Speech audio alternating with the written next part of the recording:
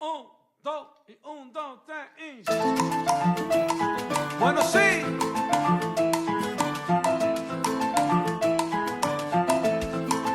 Camina.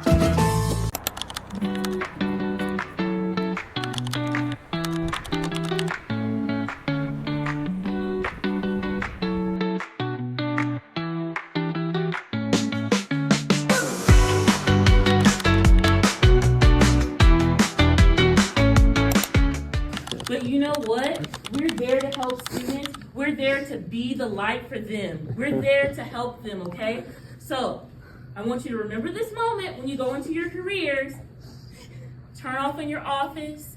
Oh my goodness, I need to turn on that light from that presentation to remember I got this. All right, thank you guys so much. Okay, the way that this graph looks is that this is those that are the leading talent and this is the leadership. So we've gotten the light.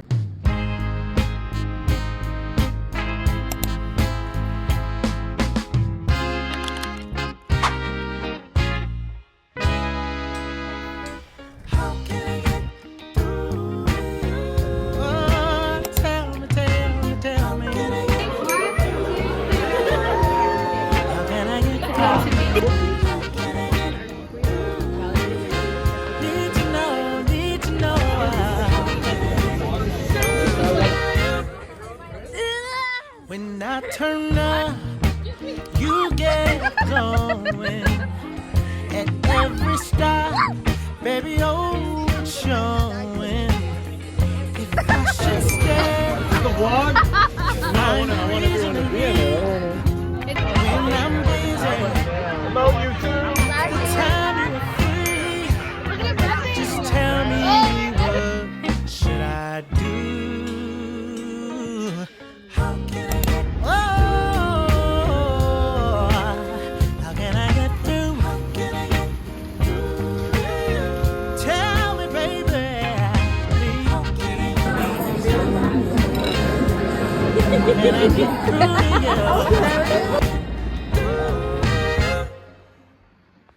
With every step you take to, I keep reaching out to you. If I go left, then you turn to the right. I'm walking in darkness, bring me into the light. Just why can't you give me a chance? You keep running away from me. You keep running away from me. Yeah, baby. Ooh, baby. Woo! How can I get through? I'm pretty sure that tree is new. But how did it get here? Wait. Do you see that stick? Does that mean it's new? Oh my god, a bunny! Hi, bunny! I'm gonna look back on the footage. I'm pretty sure that tree was not here. But look at the big old tree. There's no way that was just brought here. Just planted in there like that? Am I losing my mind? Spring here is honestly so magical. I can't even lie. It's so magical. Like out of nowhere, everything just bloomed. How crazy. Can you believe that? Because I can't believe it and I literally see it every day. But it's like, do you remember when it was all just snow and nothingness? And now it's just everywhere. Flowers and trees and green and grass and it's like grass like growing tall grass. Like she's growing. That's so crazy to me. Out of nowhere. Look how beautiful. Oh, I'm obsessed. And the trees, I have to show you some of the trees. I'm gonna try to show you some trees because the trees are like white and purple and pink and It's just beautiful. That's not a really good example of it, but look at its flowers. Like what? How has it been spring for 2 seconds and it's already losing? Look, its flowers.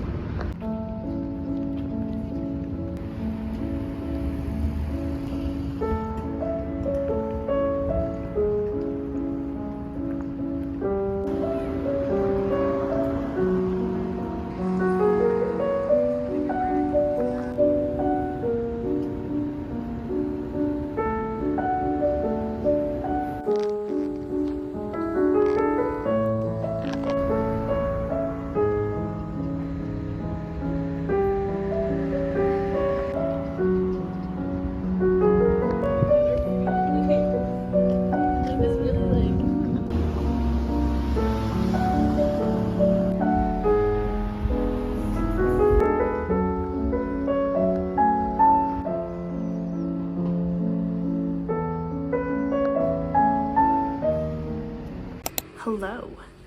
So today I was hanging out with my friends at the library, and I think it was yesterday I posted a video that I made for basically like we celebrated the end of the year celebration of our program, and I made a video honoring that, and also it's our program's co-chairs last year as co-chair, and so, you know, he did a speech and it was all very cute. I'll insert the video. And I shared it in our program group chat. I posted it on our program Instagram page and on my own Instagram page. And so today when I was in the library, we were talking about that, and they're all saying like, oh, it made me so emotional to see it. It was so good. And then one of my friends, he says, every time that Andrea posts a video, I have to get ready for the waterworks. And then everyone's like, your videos always make me so emotional, this and that. And that's not what got me. What got me is that they said, all your videos have so much nostalgia in them.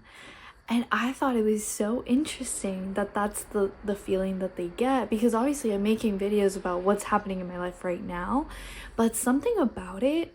And I find this, and this is what I'm thinking, is I'm trying to like really hold on to what that means to me, because the fact that I'm making a video about my life right now and what we are living right now, but it makes people feel this emotional feeling of nostalgia, means that I'm able in my videos to put together the present and this appreciation for the past that you will have in the future. Does that make sense? Like, it's silly to say it that way because I'm saying it as if I was analyzing someone else's video, but to be able to convey in the present a feeling that you tend to have for the past is making someone feel in the present an emotional attachment for something, as if they are thinking of it as I've already lost it. Like, it's already something I miss. It's already something that I cherish as it's gone. And I just find that so interesting. And I love that. I love the fact that people watch my videos and think I feel so much nostalgia, because that has meaning. That means that you are experiencing something that brings you so much like good feelings of past memories, and it's way more meaningful than they're just so interesting, they're so cool. No, it's like, it's a core memory. Like, I am creating core memory experiences for people, and I don't know. Yeah, anyways, I just thought it was truly such a special thing for them to say, like, your videos have so much nostalgia in them, and I love that. I love that, and I'm gonna hold on to it as like, that is special. Like, if you can make someone feel that for their current lived experiences, I think that is so special. And at the end of the day, that's why I do it. Like, that's why I create my videos and everything, because I think that part of romanticizing your life is understanding like every moment is a fleeting moment, and the part of like being able to like immortalize what you are living through videos and pictures and all that, like, that is so special. We are so special. We are living in such a unique times where you can immortalize your existence for yourself and for millions of people for all of eternity. Can you believe that? Like, so I just love that I can create that feeling in other people for their lives. It's my little superpower.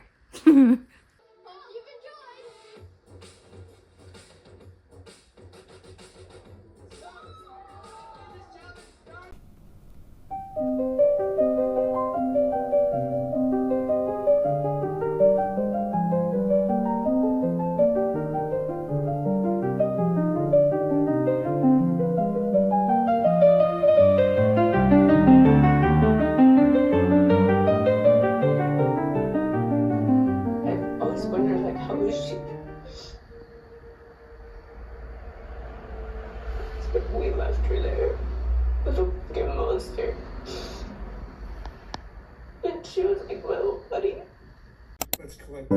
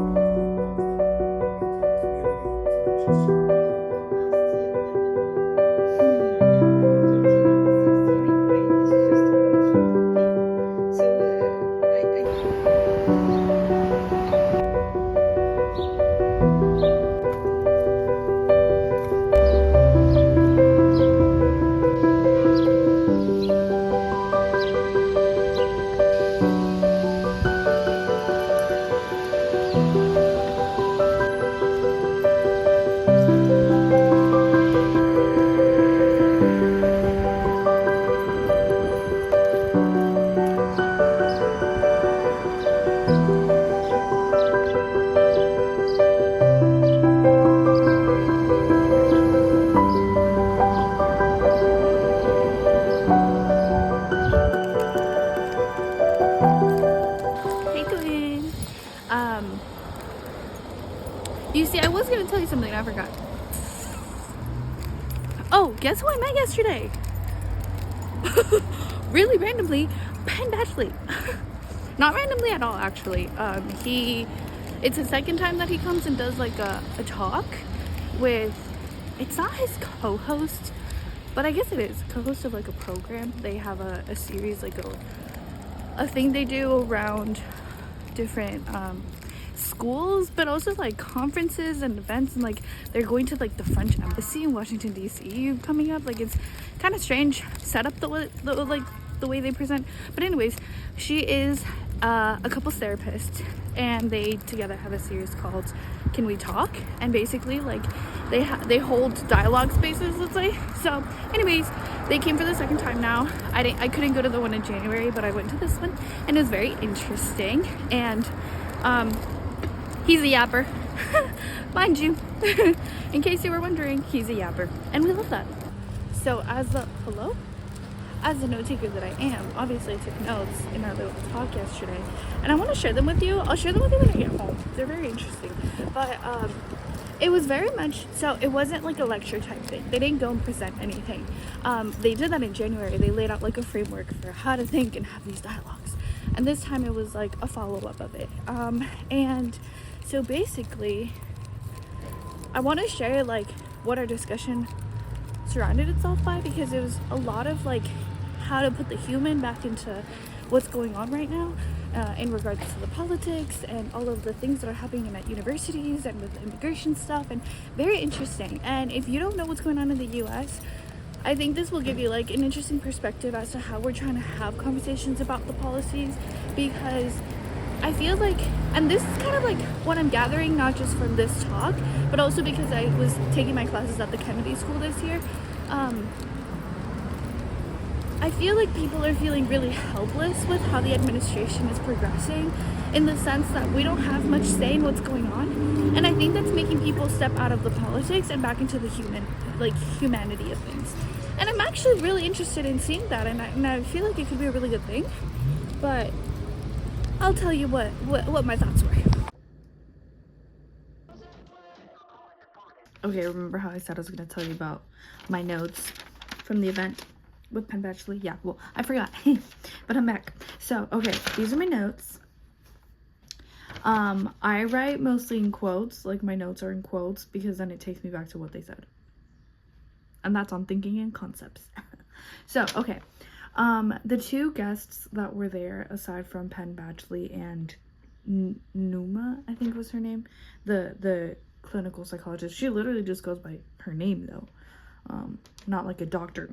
Anyways, so the two guests that were with them were Dr. Rizal, who is a neuroscientist that does advocacy for demilitarization. He did research in Okinawa, and he was alive at the end of World War II. So he actually experienced what he said was listening to Hitler on the radio. Imagine how he's doing right now.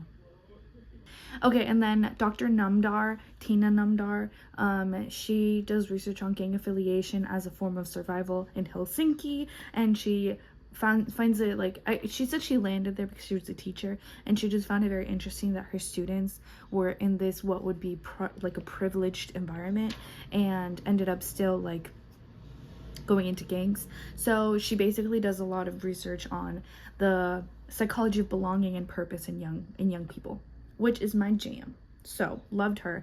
Anyways, I'm gonna zoom through this because I don't want to bore you about any of this. So they started off by saying that we are in a state of war in what they consider or what they want us to think of as a family system. And so they said, in this thing called Earth, we, the human race, are a family system. And Penn said, no matter who dies, where you go, you cannot leave. Then they said that we are being portrayed right now as being at war with one another, and that we forget that the thriving of one leads to the thriving of the entire system. Tina, Dr. Namdar, gave the analogy that when you cut your finger, even though it is not directly affecting your nose, it is still affecting it because it is the same blood that runs through the entire system.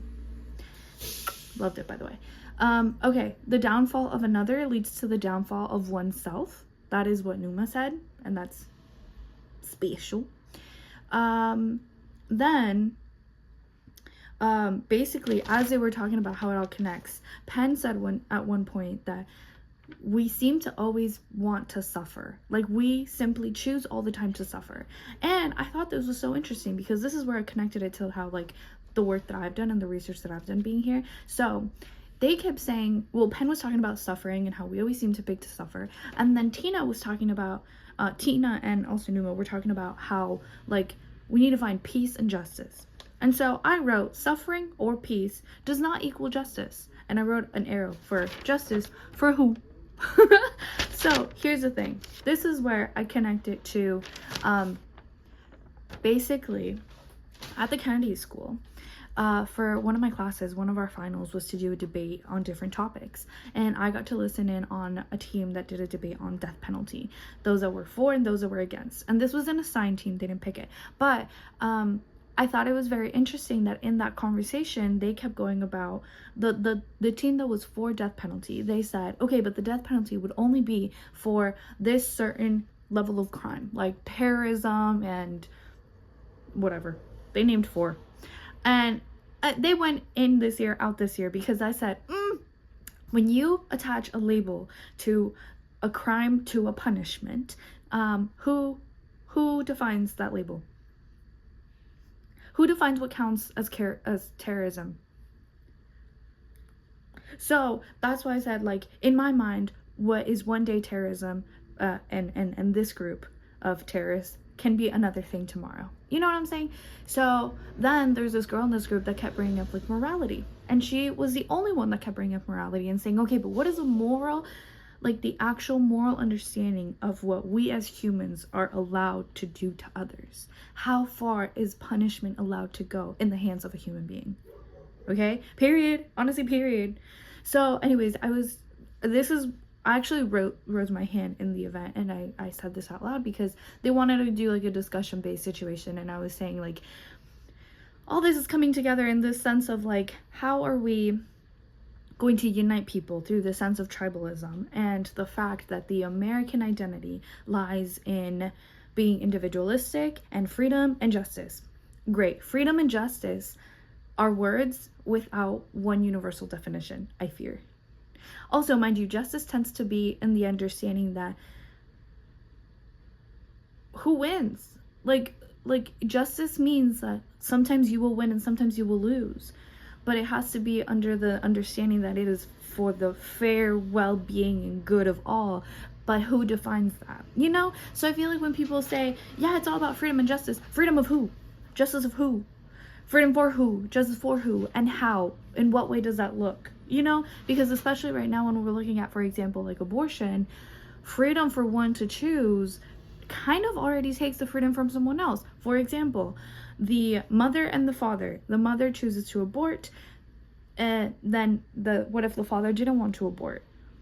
It's one of those things where you either are aborting or you are not aborting. There's no middle aborting, right? Same as the death penalty. You are either putting someone to death or you are not putting someone to death. There's no middle ground. So how do we unite and how do we define these things? And on that same part, I put together I connected to it the idea when it came to the gang affiliation of prepackaged identities. So the prepackaged identities that are very common in recruiting young boys, especially into gangs, is because by you giving someone like, this is what we are, this is who you would become by being with us, they no longer get to or have to find their identity, navigate who they are, because they already got the prepackaged identity. So when we put that into the context of the politics nowadays, you look into tribalism of who identifies as this, should look, act like this, believe like this, and if you don't, then you must not be part of this, because this is a prepackaged identity that you subscribe to. And if you don't look like this, do this, act like this, believe like this, then you must not be this, and therefore you can't be this. And not just that, but then connecting with those that are different than you. How does that work? How do you, prepackaged as this, want to connect to this while still being this? So then there's this whole other side of, now when you try to bridge those divides towards the other tribe, then your own tribe tends to feel betrayed, because we've become so polarized, so intentionally different, that they feel like connecting with one means you must disconnect with the other. You know what I'm saying? Anyways, those are the thoughts of that event. As you can see, it was pretty good. I had fun. I loved it.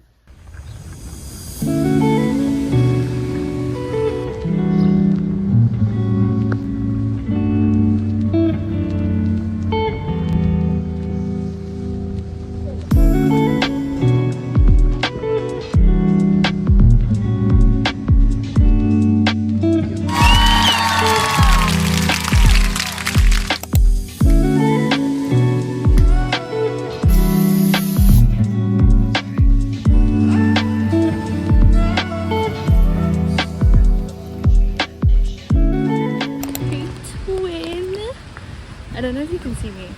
Let me check if you can see me. Okay, so I feel like you barely see me, but if I turn on the flash, it's too much.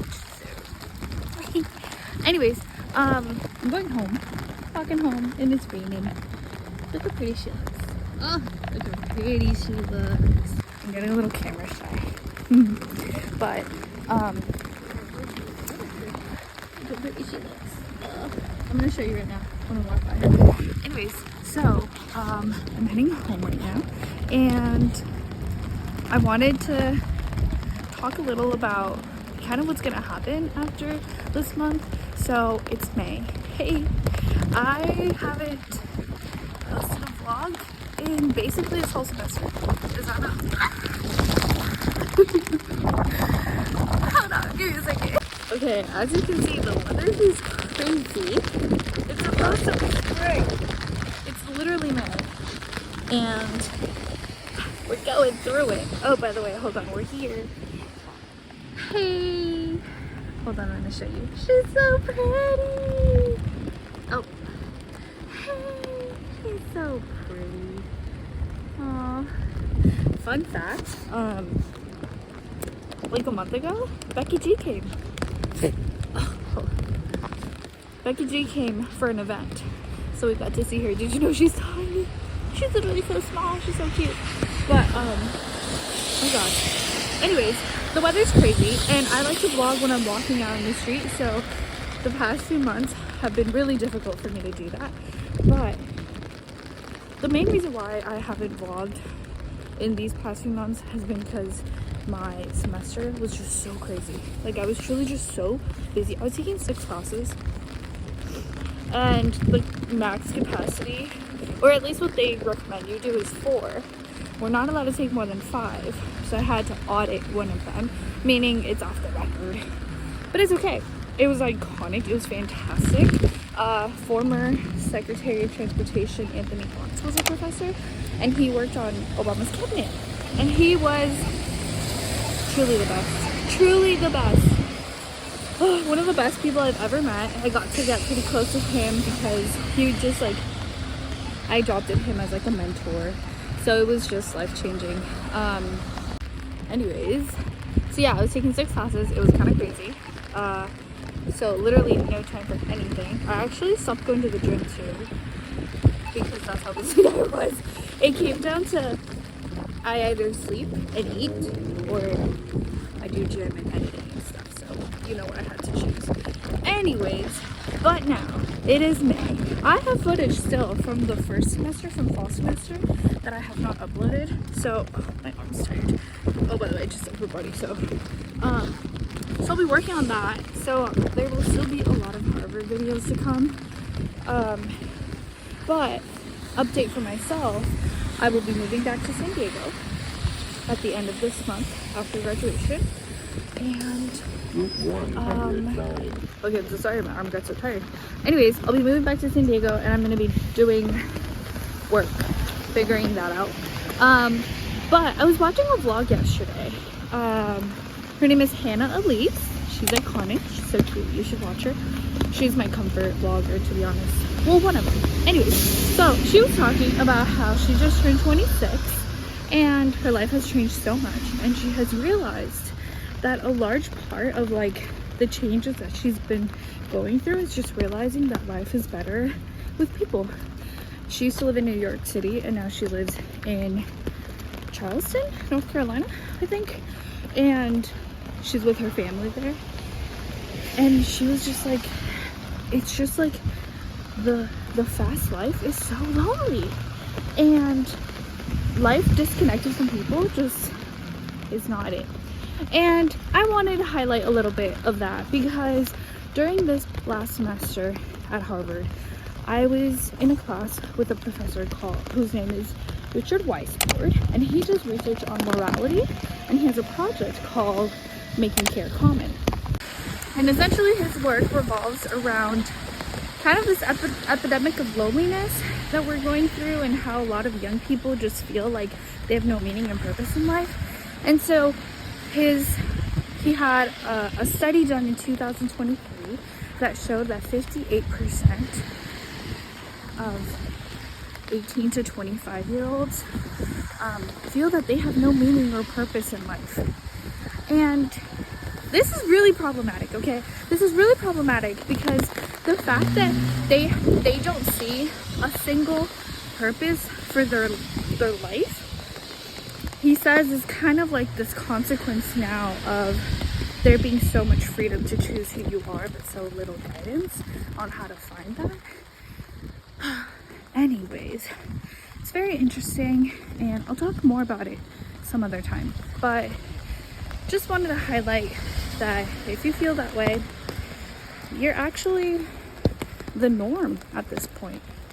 And that's really sad, but I think we need to get out of the hustle culture and into the understanding that life is about creating connection and relationship with people. Hey twin. So, I crashed out last night. I don't even know what else to call it, but I literally crashed out yesterday because I think that I hit the breaking point of consuming too much social media. And it's not just the combination of consuming too much social media. Social media has never really hurt me. It's the news. Yeah.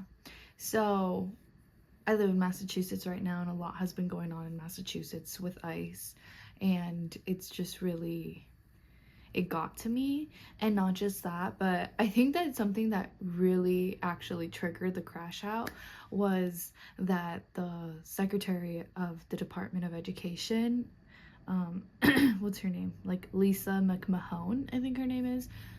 She went on a conference, an AI and education conference, and called AI A1. AI being artificial intelligence, therefore the name is AI. It just feels like she just read on some document of like, you have to talk about this, and she read A1, not understanding AI. And here's the thing, if it were anything, I'd be like, okay, mistake, you know, teleprompter, briefing papers, like mistake to understand an I for a 1. The only thing is that nowadays, how can you not know AI? Secondly, you're at an AI and education conference. And thirdly, you're the secretary of the Department of Education. And for me, who just got a whole entire master's in education, AI and education go hand in hand nowadays. Like, you literally do not speak about education without considering what AI is happening. And not just that, but in the world of education, in universities, in research institutions, anything that has to do from education like pre-K level to university and professional postdoctoral, like everything has to do with AI. So it was just really disheartening being someone who dedicates her life to this work and is going out into the world where our Department of Education is being abolished, where we are not finding work, and we are so qualified to do all of this AI and education work. And the person who is spearheading the entire thing doesn't even know what AI is. Calls it A1. Like, that is such a joke. And anyways, it just really made me question everything. And at the end of the day, it just really triggered my fear of the unknown. Because I claim to be someone with so much faith and so much confidence in my abilities, and I understand my value, but I think it's really frustrating to have so many things you want to do, so many ideas and so much potential, and not have anywhere to put it. So it's difficult. However, that being said, I know that I want my work to be communicated to people through social media. I know that I have to bet on myself through social media, and I actually feel really reaffirmed by that, because I have all the control in the world for that. Like, if I want to make social media my job, I have all of the control to start right now. Like, this is me clocking in. I just have to think about it that way. This is me clocking in right now to work. And yeah, so I spoke to my mom on the phone yesterday, and I crashed out with her, and I said, I think I need to do something that's a little not traditional for me, and that's what freaks me out, and that's what makes me feel like I have an excuse to call myself a failure, and that's not fair to myself, you know? But anyways, I told her, I understand now that I am an educator, that I am a teacher, that I want this to be my life, and that I want to do it through social media, and that I want to make education universal and accessible, and I can start doing that. And I think that once I understand that my potential is everything in this, like my skills and my drive and my work ethic is everything I need for it, I just have to do it. It changes everything. I don't need to go the traditional employment route. And it's okay to take a few steps back. My mom said, she said, before a tsunami, which you can also just lighten it down to before any wave, the ocean retracts to build up. And you're so right. You're so right. I was saying to her, like, it just kind of hurts my heart a little that I did not get a master's from Harvard University to go back home unemployed, not knowing what to do, and also being so afraid with what is happening politically right now that I don't even want to make a noise. I don't want to take any risks. Like, I'm frozen. Like, I feel so afraid by what is happening that I'm frozen, but physically frozen, yet emotionally it's turmoil, you know? And so she was saying, it's okay. It's okay. I think that everyone's going through it, and you have to retract and you have to take what you may think are some steps backwards just so you can propel yourself forward. And that's what I'm gonna do. So yeah, all that to say, I will be posting so much more. I'm excited about it. I'm honestly very excited about the changes that are gonna happen. I just have to check in with myself so much more than I have before, because I am fortunate enough that everything has gone so right for me for so long. My grandpa always says, you put the bullet where you put the eye. He says it in Spanish. It's a saying in Spanish. Pones la bala donde pones el ojo. Or donde pones el ojo, pones la bala. And it basically means what you look at, what you say you want, you get. And I am so blessed to say that I have. Have you heard that saying? I love sayings, as you can tell. The saying that she said she could, so she did. That's me. But it's really difficult when now it feels like I have everything I need to get everything I want, but it's just not the time. The system, greater things are at work that are simply saying it's not the time. And I think I need to really understand that rejection is always redirection. And if it were easy, if I had gotten that job I wanted or that first opportunity I wanted to say yes to, I would not be given the time, the space, the resources, the ability, the motivation to bet on myself the way that I think I have to. So anyways, all that to say, things are hard, but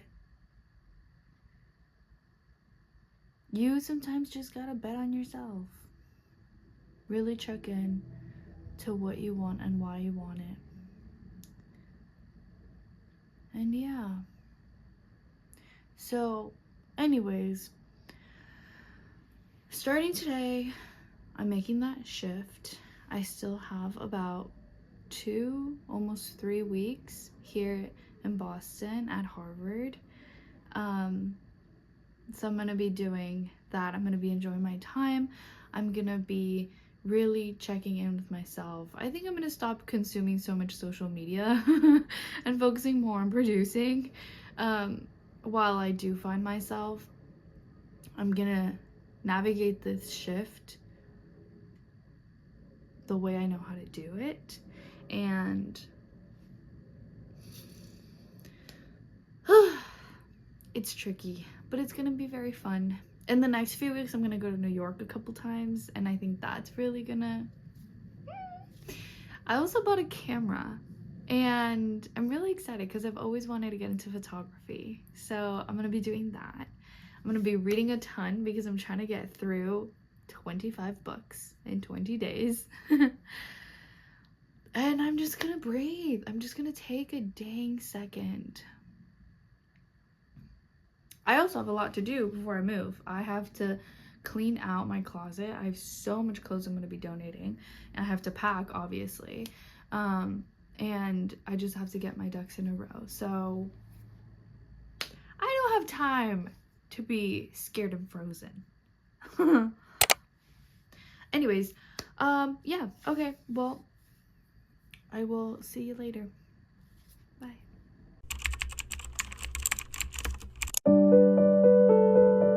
It's not all on you. Like, what do you want to do? Like, you're still human. And there isn't going to be this moment that all of a sudden everyone becomes more human. I think one of the beautiful things, right, really about doing human development work is instead of you're the one who's planning all the time, consider that you might be called by other human beings to do something that you didn't plan. Who are the people who call you? There are always human beings out there. And if you listen, they'll call you forward. Even if they call you forward to do something you don't think you can do, or you don't think you're qualified to do, or you don't think that someone has created a job for that yet, but just listen to that call, because I think that's the one thing that keeps human development education separate from the many other different pursuits and areas.